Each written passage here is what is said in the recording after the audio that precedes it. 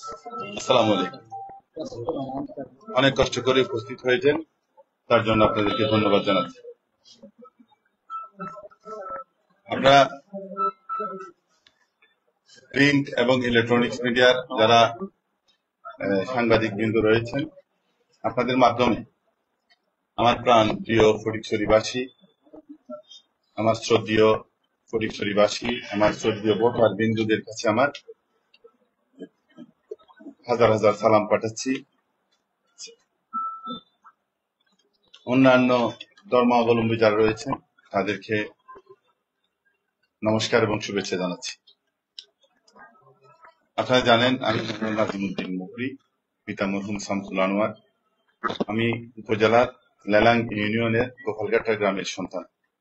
আমাদের এই উপজেলা ইতিহাস, ঐতিহ্য, সুফি, সাধক, অলি, আউলিয়া, বুদ্ধিজীবী, মুক্তিযুদ্ধ, রাজনৈতিক সমৃদ্ধ।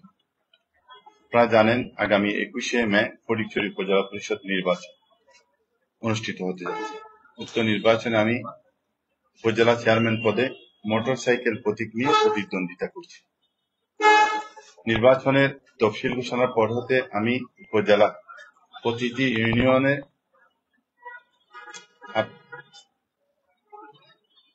ফটিকছড়ির মানুষের ধারে ধারে গিয়েছি। আমার প্রতীক মোটরসাইকেল মার্কার ভোট চেয়েছি।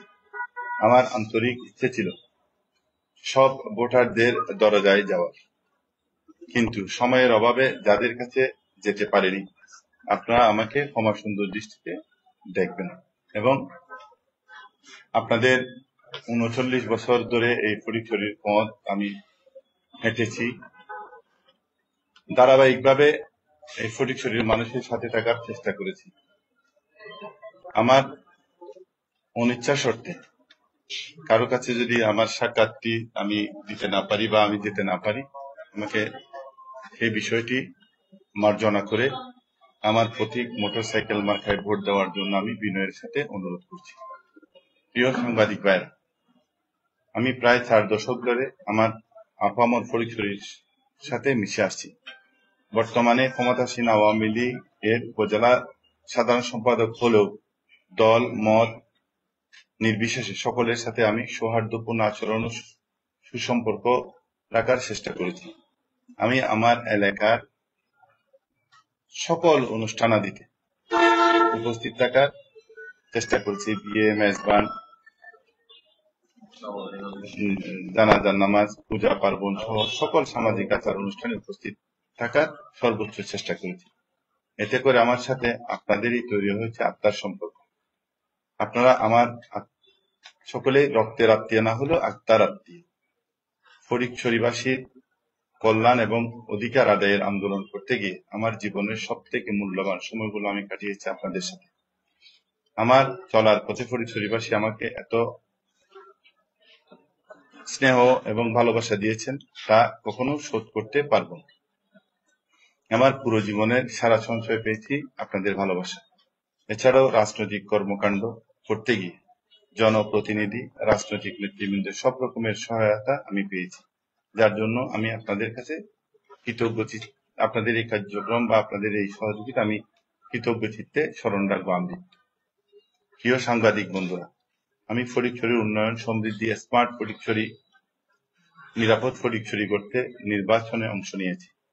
আপনারা চান উন্নয়ন, আমিও চাই উন্নয়ন। আপনারা চান একটি নিরাপদ ফটিকছড়ি, আমরাও সংকল্পবদ্ধ নিরাপদ ফটিকছড়ি, বাসযোগ্য ফটিকছড়ি বিনির্মাণ, সর্বশক্তি নিয়োগ করে ফটিকছড়ির সার্বিক উন্নয়নে আমি কাজ করব। উন্নয়নের মহাসড়কে বাংলাদেশ, তার ধারাবাহিকতায় ফটিকছড়ি এগিয়ে যাবে। আমার অনেক কাজ হয়েছে, আরো অনেক কাজ বাকি রয়েছে। এসব অসম্পূর্ণ কাজগুলো সম্পন্ন করার দৃঢ় মানসিকতা নিয়ে নির্বাচনে লড়ছি আমি। নির্বাচিত হলেও সন্ত্রাস, মাদক নির্মূল এবং দল মত নির্বিশেষে সবার সার্বিক উন্নয়নে কাজ করব ইনশাল্লাহ। কোন প্রকার হুমকি, ধমকি, ষড়যন্ত্র, অপপ্রচারে আপনারা কান দেবেন না। আগামী 21 তারিখ সবাই মিলে ভোট কেন্দ্রে যাবেন এবং মোটরসাইকেল মার্কায় ভোট দেবেন। আমি যদি কেউ বাধা দেয় তাহলে তা কঠোর হস্তে প্রশাসন দমন করবে। আপনারা ঐক্যবদ্ধ থাকুন। ফটিকছড়িতে মোটরসাইকেলের যে গণজোয়ার সৃষ্টি হয়েছে তা ধরে রাখতে আগামী 21 তারিখ পর্যন্ত আপনাদেরকে সতর্ক থেকে ব্যালটের মাধ্যমে মোটরসাইকেল প্রতীককে জয়যুক্ত করতে হবে।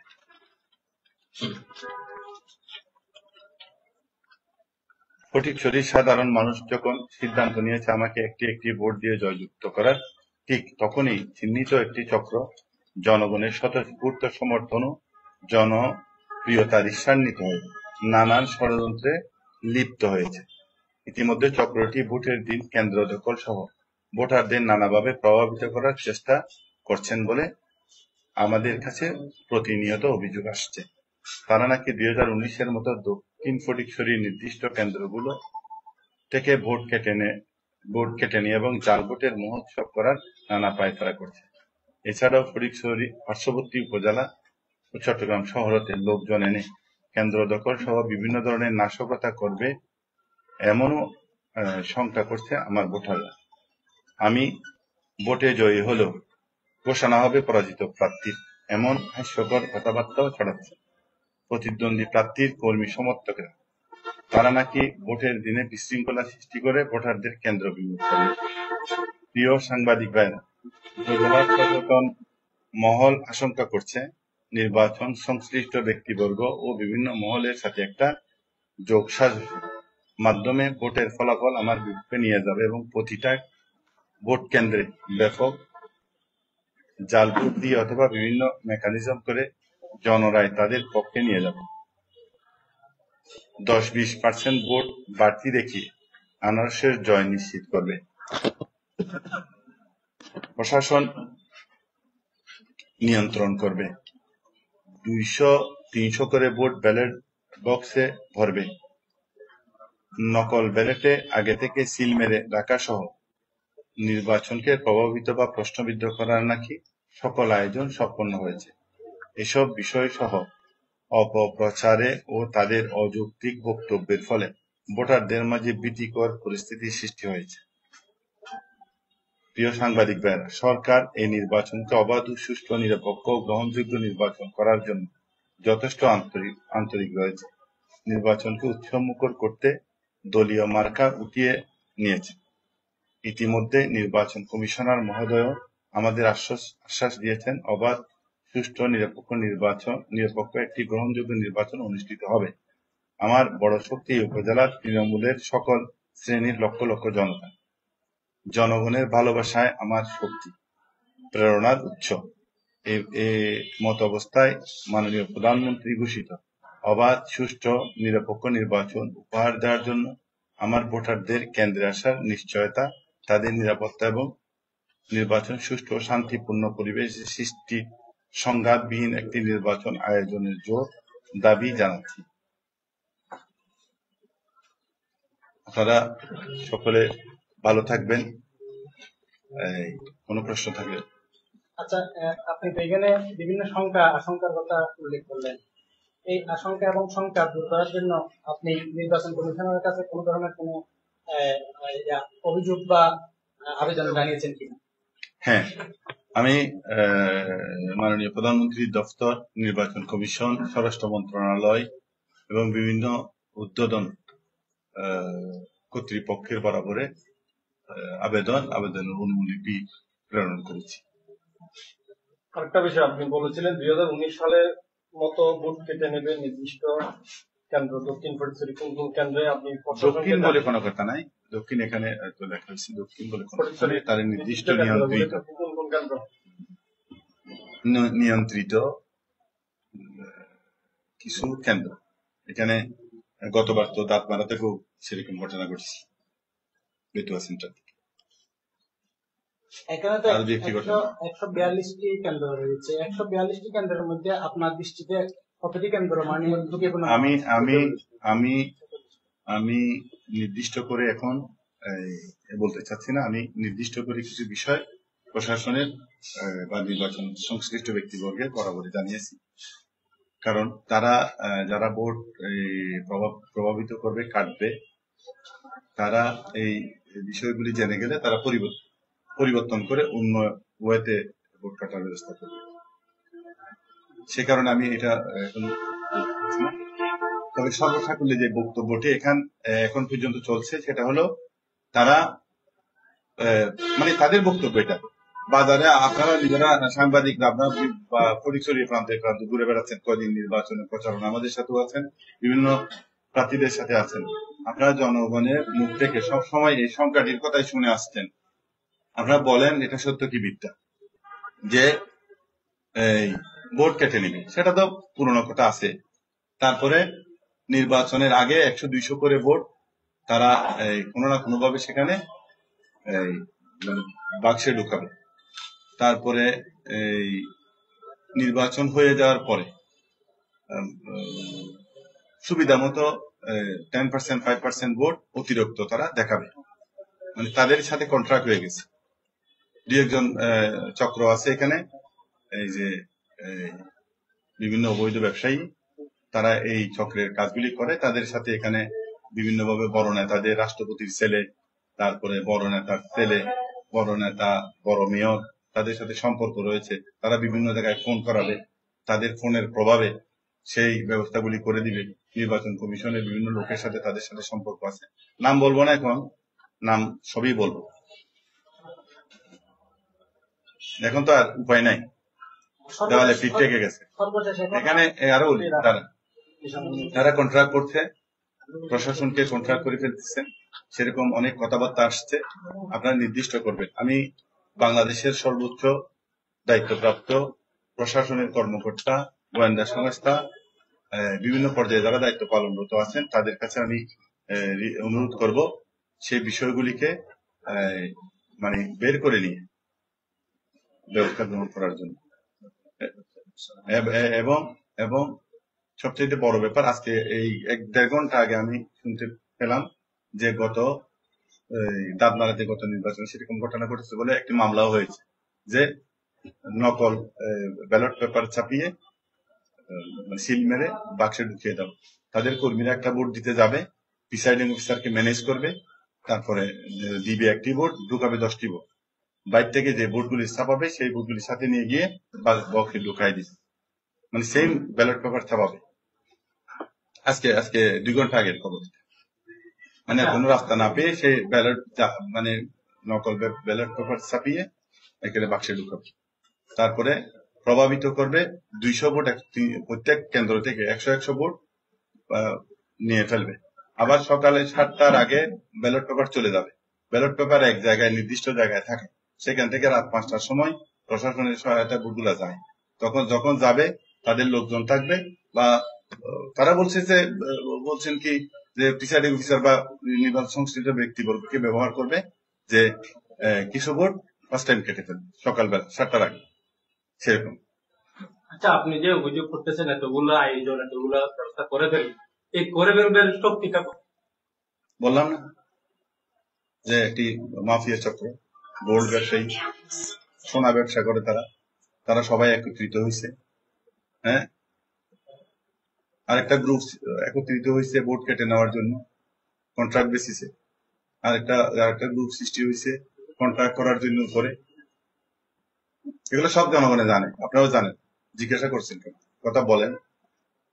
সাংবাদিক তো কি বলে বিবেক, জাতির বিবেক,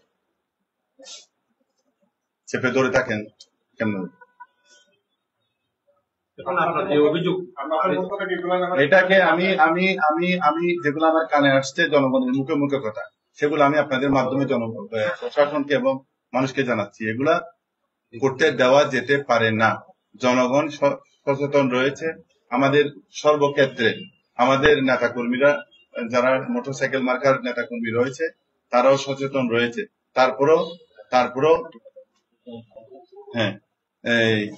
তারপরেও বিভিন্নভাবে যেভাবে আমাদের নেতা কর্মীদেরকে ডেকে বাসায় ডেকে ধমকাচ্ছে, আজকে কিরামও এখন মিটিং ডেকে ধমকাচ্ছে। তারপরে সকালে আমাদের আব্দুল্লাহপুরের সাধারণ সম্পাদককে মামাসি গালিগালাজ করেছে, আমার কাছে তথ্য আছে, তারপরে তার কাছে রেকর্ডও আছে, হয়তো বলবেও না বলতে পারে, কারণ মৃত্যুর ভয় তো সবার আছে। কিছুক্ষণ আগে শুনলাম আমাদের এক চেয়ারম্যানকে মেরে ফেলার হুমকি দিয়েছে। কে দিয়েছে সেটা আপনারা বের করবেন, গোয়েন্দা সংস্থা বের করবেন। কে কাকে দিচ্ছে এবং মেরে ফেলবে, বাড়ি থেকে চলে যেতে হবে, নির্বাচন থেকে বিরত থাকতে হবে। তাহলে এই যে কয়জন এই দমকাদমকি করছে তারা কি রাষ্ট্রের সেও শক্তিশালী? শেখ হাসিনা সেও শক্তিশালী? মাননীয় প্রধানমন্ত্রী শেখ হাসিনা বলেছেন আমাদেরকে, আমি পার্টি সেক্রেটারি, আমি যদি নিরাপত্তায় না থাকি, নির্বাচন নিয়ে যদি আমার কোনো শঙ্কা, আমার কোনো ভয় থাকে, তাহলে অন্য কোনো প্রার্থী নির্বাচন কিভাবে করবে? আমি এই নির্বাচন দিয়ে প্রমাণ করতে চাই নির্বাচন সুষ্ঠু হবে। মাননীয় প্রধানমন্ত্রী যেটা বলে সেটা করে, প্রশাসন যেটা বলে সেটা করে। এই নির্বাচন দিয়ে প্রমাণ হোক। এই নির্বাচনের মাধ্যমে জনগণ আস্থা ফিরিয়ে আসুক জনগণের, যে সরকার চাইলে, শেখ হাসিনার সরকার চাইলে, নির্বাচন কমিশন চাইলে, প্রশাসন চাইলে নির্বাচন সুষ্ঠু হতে পারে। তার জন্য কি ব্যবস্থা গ্রহণ করবে? প্রশাসন ব্যবস্থা করবে। আমি তো জনগণের রায়ের উপর বিশ্বাস করি। আমি জনগণের ধারে ধারে যাচ্ছি, জনগণের পাড়ায় মহল্লায় গ্রামে যাচ্ছি, জনগণকে সম্পৃক্ত করে ভোটে নির্বাচিত হওয়ার জন্য। আমি তো কোনো পরিকল্পনা ষড়যন্ত্র করে নির্বাচনে বিজয়ী অর্জন করতে চাচ্ছি না। তো জনগণকে যদি সেখানে নির্বাচনের দিন সকালবেলা এখানে বিভিন্ন রাত্রে এখানে কি বলে গোল্লা টোল্লা এগুলো বাজি টাজি এগুলো ফুটাবে, যেন জনগণ ভোটে না আসে। এটা গঞ্জা সমস্ত সবাই জানে, গোল্লা ফুটাবে যেন আওয়াজ শুনলে মানুষ ভোটে না আসে। এখন জনগণের যে কি বলে উপস্থিতির উপরে একটা নির্বাচন চাচ্ছে সরকার বা নির্বাচন কমিশন জনসম্পৃক্ততায়। সেই জনসম্পৃক্ততায় বাধাগ্রস্ত করছে একটা চক্র, কয়েকজন। তা কয়েকজনের বিরুদ্ধে কোনো ব্যবস্থা নেই। আচ্ছা, আপনি যদি দলের সেক্রেটারি, আপনাদের বিরোধী পার্টি শুনে আছেন তারাও আওয়ামী লীগ সমর্থিত, চক্রটি তার মানে আপনাদের দলের লোক?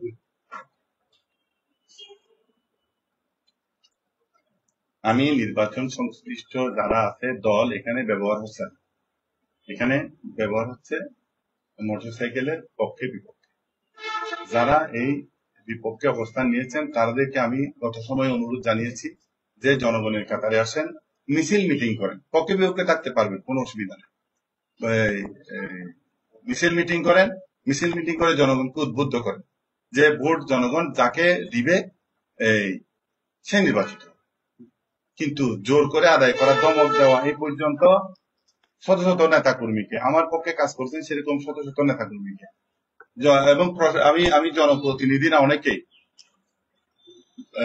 শুনতে পেলাম যে এমপি সাহেবের দোহাই দিচ্ছে, নবনির্বাচিত এমপি দোহাই দিচ্ছে যে আপনারা সবাই ভোট দিবেন, এটা এমপি সাহেবের প্রেস্টিজ। কিন্তু এমপি সাহেবের সাথে আমার সাথে কথা হচ্ছে, এমপি সাহেব আমাকে সিরিয়াসলি বলেছে, কিরকম সিরিয়াসলি বলবো সেটা আমি কিভাবে বলবো আপনাদেরকে, যে আমি কোনোভাবে কোনো পক্ষে কথা বলবো না, কিন্তু কয়েকজন জনপ্রতিনিধি তাদের স্কিন সেভ করার জন্য তারা বলছে এমপি কে ব্যবহার করে যাচ্ছে, যে এমপি সাহেবের প্রেস্টিজ। এমপি সাহেব আমি জিতলেও এমপি সাহেবের কি অসুবিধা, আরেকজন জিতলেও এমপি সাহেবের কি অসুবিধা, বাহারলেও কি অসুবিধা, উনি তো এমপি, ওনার এমপি গিরি চলে যাওয়ার কোনো বিষয়টা নাই, ওনার হার জিতের কোনো বিষয় না। এখানে ক্লিয়ার কাট কথা হলো যে যে বিষয়গুলি বাজারে জনগণের মুখে মুখে যে বিষয়গুলি গত সময় এখানে ঘটেছে, মানে কিছু কিছু জায়গায় কিছু অসাধু মানুষ সেটা ঘটিয়েছে। আমি প্রমাণ দিতে পারবো না বলে হয়তো, প্রমাণ আজ থাকলেও আমি দিব না বা দিতে চাচ্ছি না। 2019 সালের নির্বাচনের কথা এখানে টেনে এনেছেন, আমি বলতে চাইছিলাম না। 2019 সালে আমি নির্বাচিত হয়েছি, আমাকে জোর করে পরাজিত করানো হয়েছে। যারা পরাজিত করেছেন তারা আবার একই যায়। আমি একটি ইউনিয়নে মাত্র ভোট পাইছি 34টি, আর প্রতিদ্বন্দ্বী প্রার্থী ভোট পেয়েছে 9000-এর উপরে। রাষ্ট্রের ক্ষমতা মাননীয় প্রধানমন্ত্রীর কাছে, সংসদ প্রধানমন্ত্রীর নেতৃত্বে, সংসদ নেতার নেতৃত্বে চলে। সারা বাংলাদেশে উন্নয়নের মহা উৎসব চলে। যে ইউনিয়নে আমি 36 ভোট পেয়েছি, সেই ইউনিয়নও তখনকার সময় 50 কোটি টাকার উন্নয়ন হয়েছে।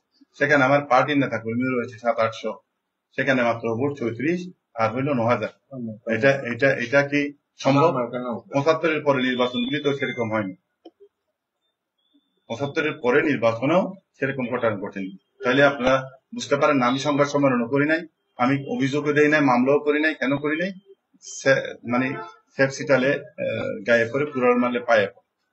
আমি নির্বাচন কমিশনকে, আমার স্বার্থের জন্য সরকারকে, সবাইকে প্রশ্নবিদ্ধ করে ফেলার কোনো মানসিকতা আমার ছিল না। সুমিত্রাটের ঘটনা, বক্তপুরের 2 সেন্টারে 3 সেন্টারের ঘটনা, ধর্মপুরের 2 সেন্টারের ঘটনা, ওপেন সিল মারার সব ডকুমেন্টস আমার কাছে আছে, কিন্তু আমি সেটা নিয়ে কোনো দৌড়ঝাঁপ করি নাই, কারণ এটা নিয়ে বিভিন্ন ভাবে দরকার কি আমার ছাত্রের জন্য আমি পুরা ইয়াটাকে রাষ্ট্র ব্যবস্থাটাকে প্রশ্নবিদ্ধ করে ফেলা আমি প্রয়োজন মনে করি। কিন্তু বারে বারে যদি এটা হয়, আমি আমি মাননীয় প্রধানমন্ত্রীর কাছে বিনয়ের সাথে অনুরোধ জানাচ্ছি, মাননীয় প্রধানমন্ত্রী, আমি আপনার এমন নিবেদিত প্রাণ কর্মী, আমার শরীরে আপনি নিজে আমাকে ট্রিটমেন্ট করিয়েছেন, আমার শরীরে 8-9টি স্ট্যান্ডার্ডের বুলেট রয়েছে, স্পিনটার এখনো বের করতে পারেন না সেরকম, আমার শরীরে 60-70টি সেলাই রয়েছে, আমার মা জেল কেটেছে, আমার ভাইয়েরা জেল কেটেছে, আমার বাড়িঘর সব পুড়িয়ে দেওয়া হয়েছে, মুক্তিযুদ্ধের সময় আমার বাড়িঘর পুড়িয়ে দেওয়া হয়েছে। আমি আপনার নিবেদিত কর্মী হিসাবে, আপনার পার্টির সাধারণ সম্পাদক হিসাবে আমি নিরবিচ্ছিন্নভাবে আমার পরিবার পরিজনকে সময় না দিয়ে আমি আপনার সংগঠনকে মানুষের দ্বার প্রান্তে পৌঁছে দেওয়ার জন্য আমার নিরলস প্রচেষ্টা, আমি সেই প্রচেষ্টায় আপনার কর্মী হিসাবে নির্বাচনের প্রতিদ্বন্দ্বিতা করছি। নিরপেক্ষ সুষ্ঠু নির্বাচনের মাধ্যমে জনগণের রায় প্রতিফলন ঘটাতে চাই।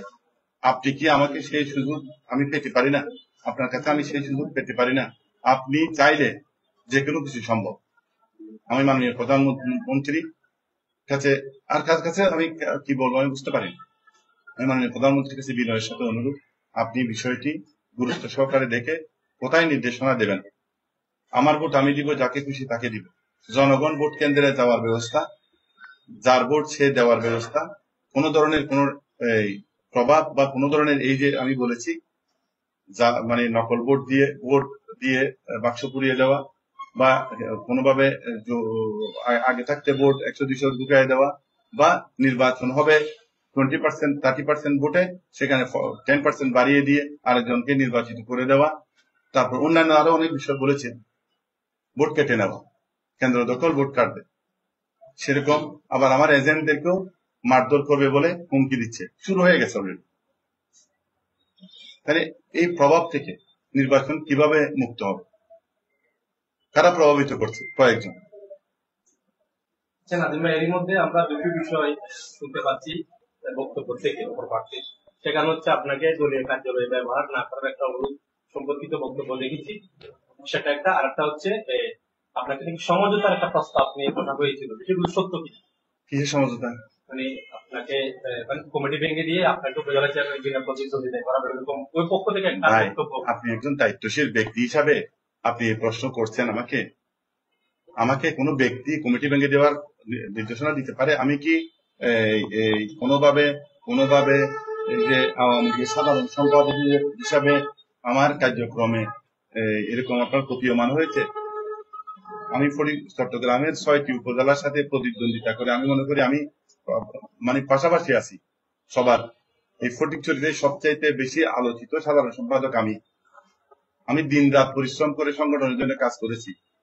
আমি সকল সাধারণ সম্পাদক আল্লাহর রহমতে আমি বলতে পারছি। আপনারা বলেন আমি কেন পদত্যাগ করবো? আমার নির্বাচনের আগে আমাকে কন্ডিশন দিয়ে কেন পদত্যাগ করার প্রস্তাব দিয়েছেন? কে দিয়েছেন? তিনি কি এখতিয়ারভুক্ত?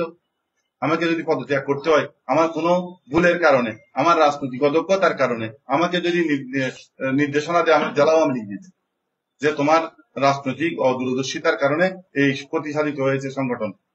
আমি সকল সাধারণ সম্পাদক, আমি জেলা আওয়ামী লীগের আমার অত্যন্ত শ্রদ্ধেয় সাধারণ সম্পাদক আপনার জিজ্ঞাসা আমাকে কেন পদত্যাগ করে কথা বলবে? নির্বাচন অনেকে করেছেন, অনেকে নির্বাচন করছেন, তারা কি অন্য একটি পদ থাকলে সেখান থেকে পদত্যাগ করে? আচ্ছা, আমি সাধারণ সম্পাদক ছিলাম, আমি সাধারণ সম্পাদক থাকা অবস্থা আমাকে নৌকা দিয়েছেন, আমাকে মাননীয় প্রধানমন্ত্রী কি বলেছেন তাকে আগে সাধারণ সম্পাদকের পদত্যাগ করতে বলো তারপর নৌকা দিব, সেরকম বলেছেন? ব্যক্তি বিশেষ আমাকে কেন বলেছেন? আর আমি কেন ব্যক্তির কথা শুনে পদত্যাগ করব? সেখানে কথা আসলো। আর সাধারণ আমি সম্মেলনের পরে আমি যারা বলেছেন তাদেরকে বলেন এখানে শপথের কথা বলা ঠিক না, তাদের সন্তানের মাথায় হাত দিয়ে বলতে আমার সাথে ঠিক কথা হচ্ছে এবং অফিসের কথা বলি। এখন কোথায় কথা বলছেন? অফিস সেটা পার্টির নেতা কর্মীদের জন্য কোনো থাকবে, দাপ্তরিক কাজ চলবে, দফতর সম্পাদক খুলবে বাংলা। আমার নির্বাচনী অফিস কোনটা? এটা আপনারা জানেন না এটা নির্বাচনী অফিস কোনটা? তো শাক দিয়ে মাছ দেখার চেষ্টা, আননেসেসারি কথা বলার মানে কি, এটা শোনার দরকার কি? প্রশ্ন কেন? আপনি সবাই জানেন, দেখতেছেন। আর কিছু? ধন্যবাদ স্যার। আপনাদেরকে ধন্যবাদ। আপনাদের মাধ্যমে ফটিকছড়ির সর্বস্তরের জনগণের কাছে আমার অনুরোধ, আবেদন, এখানে কিছুই হবে না, নির্বাচনে আপনারা অংশগ্রহণ করবেন। আমাকে আপনারা ভালোবাসেন, ভালোবাসার বহির প্রকাশ ঘটাচ্ছেন। যেখানে যাচ্ছি শত শত মানুষ রাস্তায় নেমে আসছেন। আপনাদের কাছে আমাকে যদি আপনারা ভালোবাসেন প্রকৃত অর্থে, আপনারা ভোট কেন্দ্রে যাবেন, মা বোনেরা পরিবার পরিজন নিয়ে আমাকে একটি একটি আমার মোটরসাইকেল মার্কায় ভোট দিবেন। সৃষ্টিকর্তা সহায় থাকলে আমাকে কেউ পরাজিত করতে পারবে না। সব ব্যবস্থা সম্পন্ন হয়েছে এখানে। আমি আপনাদেরকে মাধ্যমে তারপরেও আবারও সবাই জানার জন্য এই কথাটি বলছি, সরকারের গুরুত্বপূর্ণ দায়িত্বপ্রাপ্ত ব্যক্তিবর্গদের কানে যাওয়ার জন্য বিষয়টি তারা দায়িত্ব নিয়ে কাজ করবে, যে কারণে তাদের নলেজে যাওয়ার জন্য এই বিষয়টা আমি দিয়েছি। এই বিষয়গুলি নিয়ে ইতিমধ্যে কাজ চলছে, প্রশাসন ইতিমধ্যে কাজ শুরু করেছেন। এখানে ম্যাজিস্ট্রেট থাকার কথা 6 জন, হয়েছে 18 জন, আবার শুনেছি 20 জন, তারপরে শুনেছি 26 জন, আরো শুনতেছি আরো 4 জন, দরকার হলে আরো বাড়বে। পুলিশের যা প্রয়োজন তার রিডাবল হচ্ছে। প্রশাসনের অন্যান্য যে সেক্টর গুলি আছে সেখান থেকে ব্যাপকভাবে বিজিবি সহ র্যাব সহ ব্যাপক উপস্থিতি এখানে থাকবে। সমস্ত ব্যবস্থা আমি জানি যে নির্বাচন সংশ্লিষ্ট ব্যক্তিবর্গরা করে যাচ্ছেন।